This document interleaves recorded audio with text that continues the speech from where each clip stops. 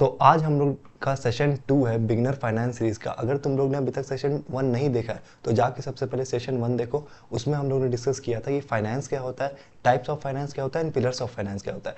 वो बहुत ज़रूरी है देखना अगर तुम अच्छा फाउंडेशन बनाना चाहते हो तो। अगर तुमने वो सेशन देख लिया है या फिर अगर तुम्हें वो चीज़ ऑलरेडी आता है तो आज का सेशन तुम देख सकते हो। तो देखो, सेशन स्टार्ट करने से पहले मेरे को तुम लोग से 2 मिनट बात करना है, तो 2 मिनट मेरा बात सुन लेना पहले, उसके बाद हम लोग सेशन स्टार्ट करते हैं। देखो, मैंने एक यूट्यूब पे डाला हुआ है एक पोस्ट, ठीक है, कम्युनिटी पोस्ट, जो कि तुम लोग को दिख जाएगा मेरे चैनल में जाके, तो प्लीज़ जाके उसका रिप्लाई करना मेरे को, ठीक है। मैंने वो पोस्ट डाला है क्योंकि बहुत लोग डाउट पूछते रहते हैं कि भैया CFA से रिलेटेड थोड़ा गाइडेंस चाहिए था आपसे, तो क्या आपसे बात हो सकता है, क्या कॉल पे बात हो सकता है, क्या आपका नंबर मिल सकता है, ठीक है। तो उसके लिए मैंने सोचा है कि मैं सेशंस लेना स्टार्ट करूँगा 15 से 30 मिनट का, चैट पे या कॉल पे, जैसा भी तुम लोग को सूटेबल लगे। वो पेड सेशंस हो गए। तो अगर तुम लोग का जो भी राय है, तुम लोग वो सेशंस के लिए अवेलेबल हो, वहाँ तुम लोग को लगेगा सेशंस, तुम लोग लोगे सेशंस बुक करोगे, तो उस पर जाके हाँ बोलना। अगर तुम लोग को लगता है कि डिपेंड करता है कि प्राइस क्या होगा, तब तुम लोग हाँ बोलोगे, वो कर देना। अगर तुम लोग को लगता है कि नहीं, हमको फ्री कंटेंट नहीं चाहिए, तो उस पर पोल कर देना। या फिर अगर तुम लोग वैसे हो जो CFA का प्रिपरेशन नहीं कर रहे हो तो उस पर भी पोल कर सकते हो। देखो, तुम लोग का जो भी है मेरे को कोई दिक्कत नहीं। अगर तुम लोग को सिर्फ फ्री कंटेंट चाहिए तो मेरे को कोई दिक्कत नहीं है, बस जाके अपना वोट जरूर से देना। इससे मेरे को पता चलेगा कि मेरे को आगे तुम लोग के लिए क्या क्या लाना है एंड क्या मेहनत करना है, ठीक है। तो चलो अब सेशन हम लोग अपना स्टार्ट करते हैं। तो आज के सेशन में हम लोग डिस्कस करने वाले हैं जहाँ से हम लोग पिछले सेशन में लीव किए थे, ठीक है, फाइनेंशियल मार्केट्स। अब देखो, फाइनेंशियल मार्केट्स जो है, हम लोग पिछले सेशन में इसको समझे थे कि फाइनेंशियल मार्केट्स वो जगह होता है जहाँ पे बायर्स एंड सेलर्स मिलते हैं, ठीक है। तो हम लोग यहाँ पे खत्म किए थे अपना सेशन 1।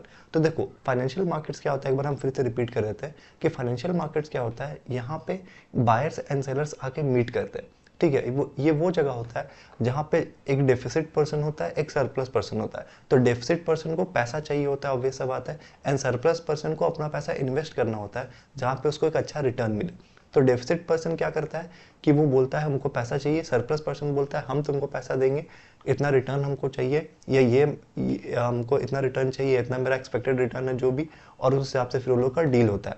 तो वो लोग डील कहाँ पे करते हैं, वो लोग आके फाइनेंशियल मार्केट्स में डील करते हैं, ठीक है। उस जगह को बोला जाता है जहाँ पे हम लोग का डील होता है कि हाँ, खरीदी बेची होगा, जहाँ पे आदमी खरीदी बेची करता है कि हाँ, हमको इन्वेस्ट करना है आप में, तुमको पैसा चाहिए, लो मेरे तरफ से पैसा। वो जो जहाँ पे होता है उसको हम लोग फाइनेंशियल मार्केट्स बोलते हैं। अब फाइनेंशियल मार्केट्स बहुत तरह के होते हैं, वो हम लोग आगे इस सीरीज में डिस्कस करेंगे डिटेल में, ठीक है। तो फाइनेंशियल मार्केट्स, अब देखो फाइनेंशियल मार्केट्स में हम लोग आगे सपोज करो कि ठीक है, हमको पैसा चाहिए था, तुम मेरे को पैसा देने वाले थे, तो तुम बोले कि ठीक है सर, हम आपको पैसा देंगे, चलिए फाइनेंशियल मार्केट्स में जाके हम लोग अपना करते हैं डील।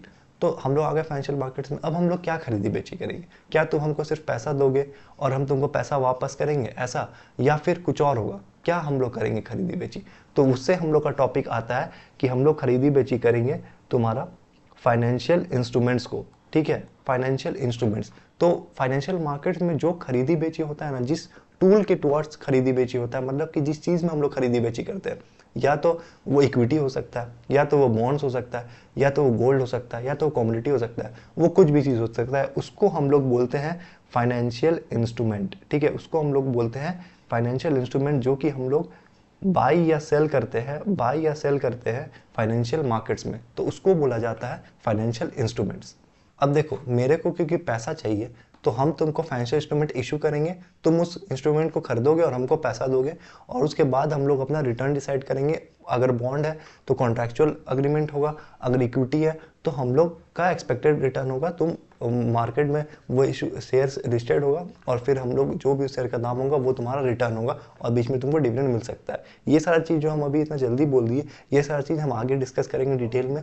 तो किसी को भी टेंशन लेने का जरूरत नहीं है कि भाई आप बॉन्ड्स क्या बोल दिया, आप इक्विटी क्या बोल दिया, हमको नहीं समझ आया कि आप बोल दिए, वो हम लोग आगे डिस्कस करेंगे। अभी हम लोग on a broader level discuss कर रहे हैं कि फाइनेंशियल इंस्ट्रूमेंट होता क्या है। तो फाइनेंशियल इंस्ट्रूमेंट ये होता है कि हम लोग डायरेक्ट बाजार में जाके पैसा एक दूसरे को नहीं देंगे, हम लोग कुछ इंस्ट्रूमेंट देंगे, कुछ इंस्ट्रूमेंट, फाइनेंशियल इंस्ट्रूमेंट जिनको बोला जाता है, वो हम लोग खरीदी बेची करेंगे, ताकि तुम हमको पैसा दे सको, एंड हम तुमको ये श्योरिटी दे सके कि हाँ, हम तुम्हारा पैसा लौटा देंगे, हम तुम्हारा पैसा नहीं मारेंगे। उसके लिए हम लोग को इंस्ट्रूमेंट चाहिए। अब देखो, क्या ये चीज़ हम लोग डायरेक्ट मार्केट में जाके कर सकते हैं कि हम और तुम मिले मार्केट में जाके। एक तो फाइनेंशियल मार्केट वैसे फिजिकल फॉर्म में एग्जिस्ट नहीं करता है। हाँ, स्टॉक एक्सचेंज ये सब है, लेकिन फिजिकल फॉर्म में अपीयर नहीं है फाइनेंशियल मार्केट। तो क्या हम लोग जाके कर सकते हैं? तो ऐसा नहीं होता है। हम लोग को अपने ब्रोकर के थ्रू, तुम लोग को जैसे पता होगा कि ब्रोकर के थ्रू हम लोग ट्रेड लगाते हैं, कोई भी कंपनी का शेयर खरीदते हैं या बेचते हैं, तो हम लोग ये चीज़ जाके सीधा नहीं कर सकते। अगर सपोज करो हम कंपनी, हमको पैसा चाहिए, तुम इन्वेस्टर हो, तुमको मेरा कंपनी का शेयर खरीदना है, हम तुमको शेयर इशू करेंगे, तुम मेरा शेयर खरीदोगे, तो वो चीज़ कैसे होगा? तो वो चीज़ होगा एक इंस्टीट्यूट के थ्रू, एक इंटरमीडिएट के थ्रू, इंटरमीडिएटर के थ्रू, ठीक है। कोई एक इंटरमीडिएटर होगा जो कि हम लोग को हेल्प करेगा ये ट्रांजैक्शन करने में। तो वो इंटरमीडिएटर जो होता है उसको बोला जाता है financial intermediate, mediatories and financial institutions. वो लोग हम लोग को हेल्प करते हैं कि हम लोग ये ट्रांजैक्शन स्मूथली, आराम से और अच्छे तरह से कर पाए, सिक्योरली कर पाए, ठीक है। कौन कौन से इंटरमीडिएटरी होते हैं भैया? जैसे तुम्हारा stock exchange, national stock exchange, Bombay stock exchange, ये सारा जो लोग होता है वो लोग इंटरमीडिएटरी हो गए, जहाँ से हम लोग जाके ट्रेड करते हैं। फिर तुम्हारा जो ब्रोकर्स हो गया, जीरोधा, ग्रो, ये सारा जो ब्रोकर्स हुआ, ये हो गया ब्रोकर, ये लोग भी इंटरमीडिएटरी के अंदर आते हैं। इंस्टीट्यूशन में कौन आ गया भैया? बैंक्स आ गए, बैंक्स के थ्रू भी हम लोग इन्वेस्ट कर सकते हैं, तो बैंक्स आ गए। और भी जो अलग अलग इंस्टीट्यूशंस आते हैं बीच में, वो लोग सारे लोग इंस्टीट्यूशंस में आते हैं, ठीक है। तो इंटरमीडिएटरी इंस्टीट्यूशन लोग क्या होता है कि ये लोग हम लोग को हेल्प करते हैं कि हम लोग अपना ट्रांजैक्शन कर सके, और इसके बीच में ये लोग कमीशन देते हैं। कोई भी ट्रेड जब हम लगाते हैं, कोई भी शेयर हम बाई करते हैं, तो एक कमीशन जाता है ब्रोकर को। तो ऐसे करके सिस्टम वर्क करता है, ठीक है, कि हम लोग इंटरमीडिएटरी चाहिए, उसके थ्रू ही हम लोग बाई या सेल कर सकते हैं शेयर। अब जो नेक्स्ट चीज़ है वो है कि हम लोग को रेगुलेटर का जरूरत पड़ता है। अब देखो क्यों रेगुलेटर का जरूरत पड़ता है। देखो हम तुमसे पैसा लिए, ठीक है। अब तुम्हारा पैसा कहीं हम डिफॉल्ट कर गए तो मतलब, डिफॉल्ट कर गए तो मतलब कि हम तुम्हारा पैसा मार लिए तो, हम तुमको ऐसा हो गया कि हम अपना कंपनी का तुमको फेक फाइनेंशियल्स दिखाएं। हो सकता है ना कि हम तुमको फेक फाइनेंशियल्स दिखाएं, तुमको हम फेक प्रॉफिट दिखाएं, तुमको हम फेक ड्रीम दिए कि ये देखो मेरा कंपनी 1000 करोड़ का प्रॉफिट करता है, 5000 करोड़ का प्रॉफिट करता है, एंड फ्यूचर में जाके ये 10,000 20,000 का प्रॉफिट करेगा आगे का 2-3 साल में, तुम्हारा पैसा 2 ही साल में डबल हो जाएगा, ट्रिपल हो जाएगा। ऐसा करके तुम सपना दिखाया, प्रोजेक्शन दिखाए, बड़ा बड़ा रिपोर्ट दिखा दिए कि हाँ देखो मेरा स्टेटमेंट चेक करो, ये वो, और सब फेक निकला और हम तुम्हारा पैसा मार लिए। तो हो सकता है ऐसा पहले भी फ्रॉड हुआ है जिसमें कि पैसा मारा गया है लोगों के टुवर्ड्स, कंपनी के टुवर्ड्स, उनके जो प्रोमोटर होते हैं वो लोग पैसा मार लेते हैं, बहुत बार ऐसा हुआ है पहले भी। तो ये चीज़ अगर ना हो, हम तुम्हारा पैसा नहीं मारे और लोगों को ट्रस्ट रहे। देखो पूरा जो फाइनेंशियल सिस्टम है ये सिर्फ और सिर्फ ट्रस्ट के बेसिस पे चलता है, चाहे बैंक हो, चाहे म्यूचुअल फंड हो, चाहे कुछ भी हो। अगर तुम्हारा ट्रस्ट एक बार भी गया तो कोई भी किसी और को 1 रुपया भी नहीं देगा। तो इसीलिए ये पूरा ट्रस्ट मेंटेन रहे, सब कुछ प्रोटेक्टेड हो, सब कुछ एक सिक्योर फॉर्म में हो, किसी के साथ फ्रॉड ना हो, कोई भी दिक्कत ना हो, कोई किसी का पैसा ना मार ले। इसीलिए हम लोग को यहाँ रेगुलेटर होता है जो रेगुलेट करता है सारा कोई। अब देखो रेगुलेटर कौन है इंडिया का? इंडिया में फाइनेंशियल इंस्टीट्यूशंस को, मतलब कि फाइनेंशियल मार्केट्स को जो रेगुलेट करता है वो है सेबी, ठीक है। और जो बैंक्स को रेगुलेट करता है वो तुम लोग को पता होगा, वो होता है आरबीआई, ठीक है, जो बैंक्स को रेगुलेट करता है। तो सेबी हम लोग को रेगुलेट करता है फाइनेंशियल मार्केट्स को, वो सब कुछ देखता है, मार्केट में देखता है, एक नज़र रखता है कि सब कुछ अच्छे से हो रहा है कि नहीं। कोई कंपनी अगर नया नया शेयर इशू कर रहा है, जिसको हम लोग आईपीओ बोलते हैं, जिसको हम लोग फर्स्ट सेशन में तुमको समझाए थे कि जब कोई कंपनी नया शेयर इशू करता है तो उसको आईपीओ बोलते हैं।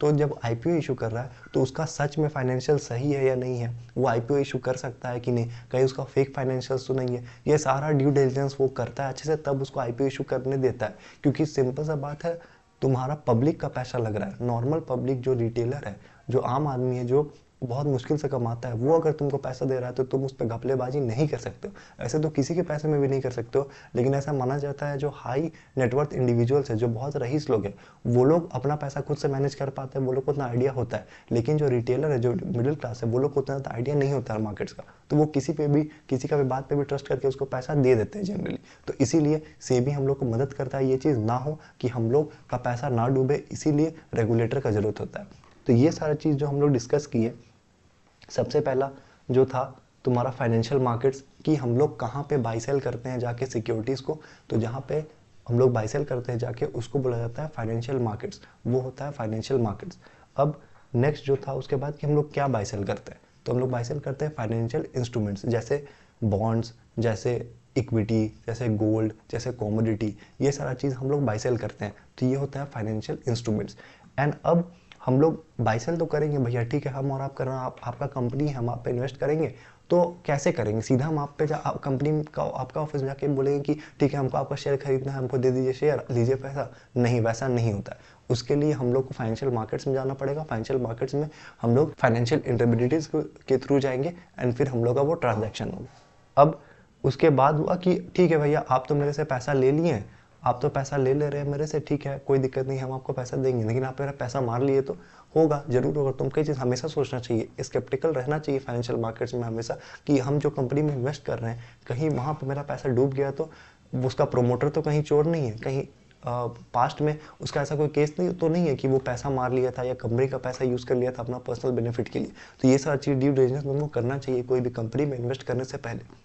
तो तुमको वही लगा कि आप मेरा पैसा मार लिए तो फिर हम लोग आए कि रेगुलेटर होता है एक, जो कि सब कुछ देख रेख करता है, अच्छी तरह से सारा कुछ देख रेख करता है कि कोई भी किसी का पैसा नहीं मारेगा, सब कुछ अच्छे से देखता है कि सब कुछ अच्छे से वर्क कर रहा है या नहीं कर रहा है, ये सारी चीज़ वो ध्यान रखता है। तो ये होता है फाइनेंशियल रेगुलेटर। तो हम लोग जो भी बात किए, जो चारों चीज़ समझे, सबसे पहले फाइनेंशियल मार्केट समझे, वो फिर उससे फिर हम लोग गए कि फाइनेंशियल इंस्ट्रूमेंट्स क्या होता है, फिर हम लोग समझे कि हम लोग सीधा इन्वेस्ट नहीं कर सकते, हम लोग को चाहिए इंटरमीडिएटरी या इंस्टीट्यूशन चाहिए। अब हम लोग पैसा मार लिया, वो लोग पैसा मार लिया, तो क्या उसके लिए उस पर निगरानी रखने के लिए होता है रेगुलेटर। ये सारा जो सिस्टम है, ये जो पूरा तुमको दिख रहा है, financial markets, financial instruments, regulator, intermediary institutions, ये सारा मिला के हम लोग का बनता है सिस्टम। सिस्टम कौन सा? एलवीस यादव वाला सिस्टम नहीं, फाइनेंशियल सिस्टम। तो ये सारा चीज़ जब मिलता है तो हम लोग का बनता है फाइनेंशियल सिस्टम। फाइनेंशियल सिस्टम,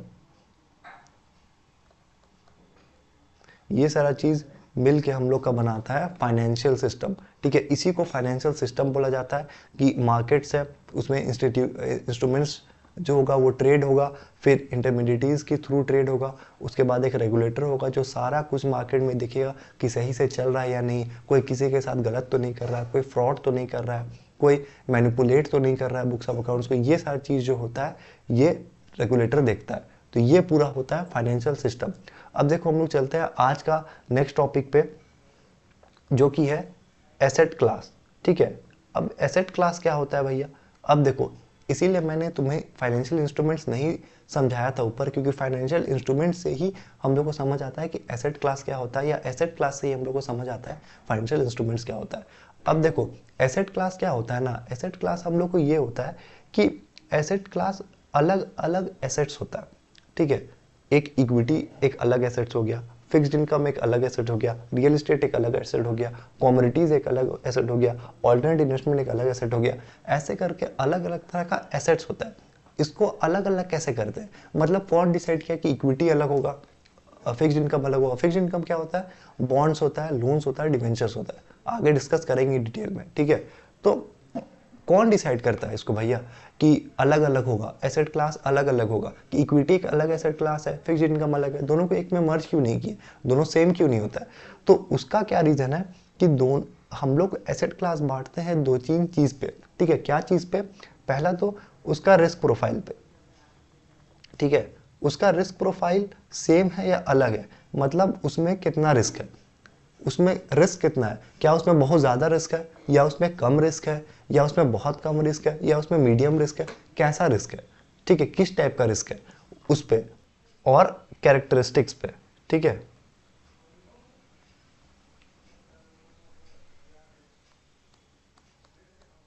तो हम लोग दो चीज में बांटते हैं, रिस्क प्रोफाइल, कैरेक्टरिस्टिक्स। अब कैरेक्टरिस्टिक्स में ही तुम्हारा रिस्क प्रोफाइल आ गया कि उसका रिटर्न रिस्क प्रोफाइल क्या है, कि उससे हम लोगों को कितना पैसा मिलने वाला है, उसमें हम लोगों का कितना रिस्क है।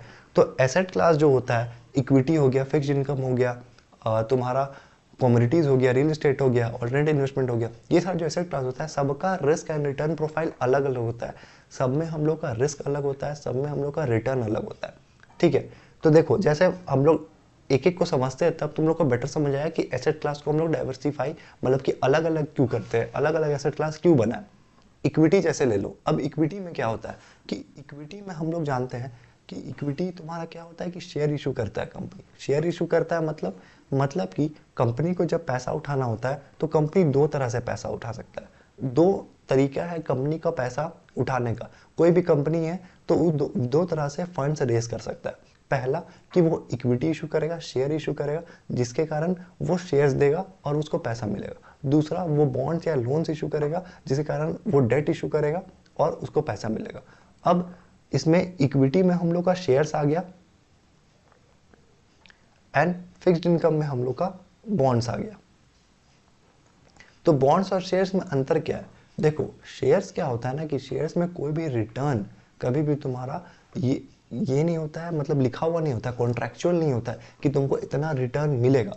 मतलब कि हम तुमको अगर कोई शेयर इशू किए तो हम तुमको ये नहीं बोलेंगे या तुम हमको ये नहीं बोल सकते हो कि हमको कंफर्म बताइए कि इसमें 10% रिटर्न हमको मिलेगा ही मिलेगा। वैसा नहीं होता है। वैसा टाइप का एक शेयर होता है, उसको प्रेफरेंशियल शेयर बोलते हैं, जो हम लोग आगे डिस्कस करेंगे। अभी तुम लोग ब्रॉडर लेवल पे समझो कि इसमें क्या डिफरेंस होता है, क्योंकि इक्विटी, फिक्स्ड इनकम, ये सारी चीज़ जो हम लोग एसेट क्लास समझ रहे हैं, ये सब एक एक खुद में एक बहुत बड़े टॉपिक्स है। तो एक ही वीडियो में छोटा सा पार्ट में इसको समझाना पॉसिबल नहीं है।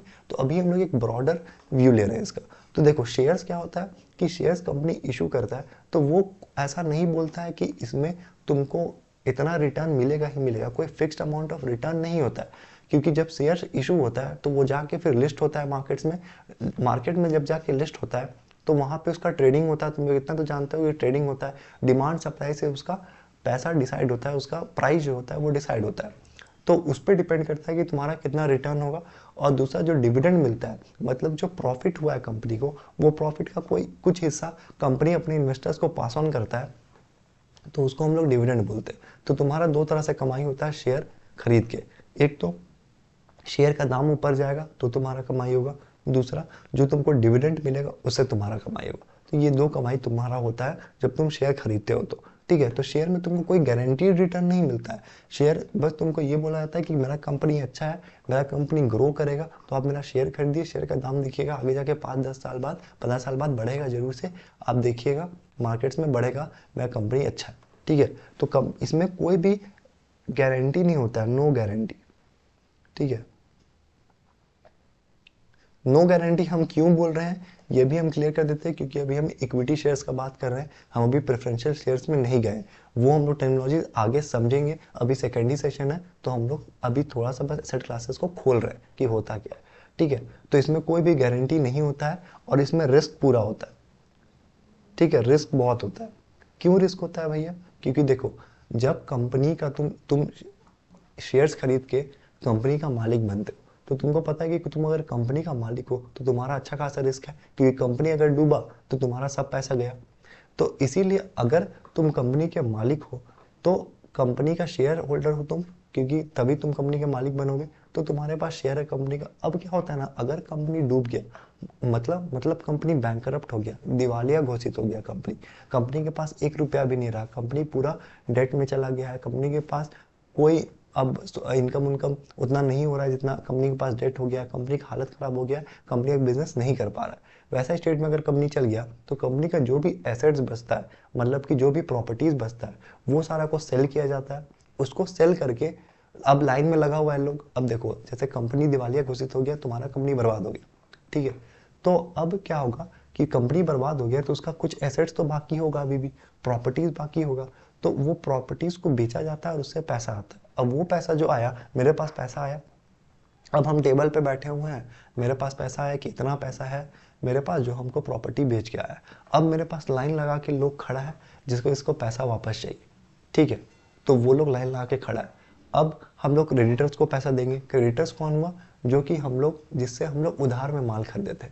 हम लोग ये पेन बनाते थे तो हम लोग इसका प्लास्टिक उधार में खरीदते थे और फिर जब पेन बिक जाता था तो हम लोग उसको प्लास्टिक का दाम वापस कर देते थे। अब हम लोग का कंपनी ही बंद हो गया, हम लोग बहुत सारा प्लास्टिक खरीदे हुए थे, तो हम लोग को वो लोग को पैसा देना बाकी था, तो हम लोग का वो लाइबिलिटी क्रिएट हुआ। लाइबिलिटी मतलब जिसको हम लोग को पैसा देना है, तो वो क्रिएट हुआ।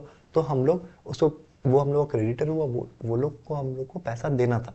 ठीक है, तो हम लोग, वो सबसे पहले आया, हम लोग उसको पैसा दिए कि ठीक है भाई तेरा पैसा बाकी था तुम ले जाओ। वो ले गया, अभी भी हम, मेरे पास पैसा बाकी है और भी लाइन लगा के लोग खड़े हैं। अब उसके बाद और लोग आएंगे, उसके बाद आएंगे बॉन्ड होल्डर। ठीक है, जो बॉन्ड हम लोग का होल्ड करते थे, जो लोन जिसको से हम लोग लोन लिए थे, ठीक है, बॉन्ड अभी तुम लोग मत समझो, तुम लोग समझो लोन लिए थे, बॉन्ड हम लोग आगे डिटेल में डिस्कस करेंगे। तो वो लोग हम लोग जिससे लोन लिए थे, तो अब लोन लिए थे वो लोग खड़ा हुआ है कि हाँ भैया हम लोन लिए थे, हमको पैसा दीजिए वापस। तो बोले ठीक है तुम ले जाओ पैसा, ठीक है। अब सबको पैसा देने के बाद, मतलब क्रेडिटर को पैसा देने के बाद, लोन वाला को पैसा देने के बाद, जिससे हम लोग लोन लिए थे वो लोग को पैसा देने के बाद, सबको पैसा देने के बाद अगर उसके बाद हल्का फुल्का पैसा बचा, तो जो तुम इक्विटी शेयर होल्डर हो, जो तुम इक्विटी शेयर होल्ड करते हो कंपनी का, वो लोग को पैसा मिलता है। नहीं तो उन लोग को पैसा कुछ नहीं मिलता है, जीरो, उन लोग का पूरा पैसा डूब गया, ठीक है। तो इसीलिए इसमें बहुत ज़्यादा रिस्क होता है, हाई रिस्क होता है, क्योंकि तुम्हारा पैसा हो सकता है डूब सकता है, लेकिन ये भी है कि तुमको अनगिनत फायदा भी हो सकता है। तो ये होता है रिस्क प्रोफाइल तुम्हारा इक्विटी का, कि तुमको अगर कंपनी डूबा या कंपनी एकदम खराब पोजीशन में चला गया है, एकदम कोई हाल अब नहीं है रिकवर कर देगा कंपनी का, तो वो लोग सबको पेमेंट करेगा, उसके बाद तुमको पेमेंट मिलेगा, नहीं तो तुमको पेमेंट नहीं मिलेगा। ये होता है इक्विटी शेयर होल्डर, ठीक है। अब हम लोग का जो नेक्स्ट है वो है फिक्स्ड इनकम। ये इक्विटी जो है ये एक एसेट क्लास बन गया, जिसमें इक्विटी शेयर आ गया, प्रेफरेंशियल शेयर आ गया, ये सारा शेयर आता है इक्विटी में। तो इक्विटी एक अलग एसेट क्लास बन गया। ये तुमको क्या समझ आया, इसका कैरेक्टरिस्टिक क्या है, हाई रिस्क हाई रिटर्न, ठीक है, हाई रिस्क हाई रिटर्न। अब देखो हाई रिस्क हाई रिटर्न मतलब क्या, मतलब कि और बाकी लोग जो कंपनी में होता है ना, क्रेडिटर, एम्प्लॉयज, फिर तुम्हारा एम्प्लॉयज ले लो, उसके बाद फिर लोन देने वाला, ये सारा के कंपैरिजन में सबसे ज़्यादा जो रिस्क होता है वो ऑब्वियसली शेयर होल्डर का होता है, ठीक है। तो वो हो गया इक्विटी एसेट क्लास। अब नेक्स्ट है फिक्स्ड इनकम। अब फिक्स्ड इनकम क्या है, फिक्स्ड इनकम होता है कि लोन। अब देखो जैसे कि हम लोग स्टार्टिंग में डिस्कस किए कि कंपनी दो तरह से पैसा उठा सकता है, एक तो इक्विटी से, एक लोन से, ठीक है, फिक्स्ड इनकम इशू करके। तो अब कंपनी डिसाइड किया कि नहीं हमको इक्विटी इशू नहीं करना है, हमको किसी और को अपना कंपनी का मालिक नहीं बनाना है, हमको अपने ही मालिक रहना है, हम किसी को मालिक नहीं बना रहे, हमको भैया तुम लोन दे दो, हम तुमको ब्याज भरते रहेंगे लोन में, जैसे नॉर्मल लोन में ब्याज होता है, और तुमको हम वापस प्रिंसिपल अमाउंट जो जितना का हम लोन लिए उतना हम तुमको वापस कर देंगे। तो ये होता है लोन में। अब देखो क्या हुआ कि समझ लो हम 10 लाख का लोन लिए और हमको उसमें इंटरेस्ट आया है 10%, ठीक है। तो हम उसको 1-1 लाख हर साल का वापस करेंगे एनुअली, एनुअली हम उसको 1 लाख देंगे और 10 लाख हम उसको वापस करेंगे। तो सपोज करो 5 ईयर का अगर लोन है, ठीक है, तो 1-1 लाख हम उसको हर साल देंगे, और जो आउटस्टैंडिंग अमाउंट होगा, या सपोज करो फॉर एग्जांपल कि 10,000 ईयर एंड में बचा हुआ है, ठीक है, 5 ईयर के एंड में 10,000 बचा हुआ है, तो हम उसको 1 लाख 1 लाख 1 लाख देंगे हर साल, ठीक है, ईयर 1 2 3 ऐसे करके 5 तक, और लास्ट में 5 में उसको 10 लाख प्लस 1 लाख देंगे, मतलब 11 लाख देंगे, ठीक है। ऐसे करके हम उसको पेमेंट करेंगे लोन में। अब इसमें तुम लोग अगर देख रहे होगे तो तुम लोग को एक डिफरेंस समझ आ रहा होगा कि इसमें गारंटीड रिटर्न है। भैया जो लोन देता है उसको तो गारंटी रिटर्न मिलता है कि हमको 10% मिलेगा ही मिलेगा, चाहे दुनिया इधर का उधर हो जाए, हमको कोई फर्क नहीं पड़ता है। मेरा टेबल पे जब 1 साल खत्म होगा हमको 10 लाख मिल जाना चाहिए, सॉरी मतलब 1 लाख मिल जाना चाहिए, 10% हमको मिल जाना चाहिए, जितना का तुमको लोन दिया है उसका हमको 10% मेरा टेबल पे आके रख देना। चाहे तुम्हारा कंपनी लॉस में हो, चाहे तुम्हारा कंपनी प्रॉफिट में हो, हमको उससे कोई फर्क नहीं पड़ रहा, तुम्हारा रिस्क है, हमको मेरा 1 लाख दे देना, और 5 साल बाद हमको 10 लाख लौटा देना लाके, हर साल 1-1 लाख देना, और लास्ट ईयर 11 लाख दे देना, 1 लाख इंटरेस्ट और 10 लाख मेरा प्रिंसिपल। तो ये लोन हुआ। तो इससे तुम लोग को समझ आया कि अच्छा भैया ठीक है, इससे हमको समझ आया कि फिक्स्ड इनकम में क्या है, गारंटीड रिटर्न है, ठीक है, गारंटीड रिटर्न, गारंटीड रिटर्न, ठीक है।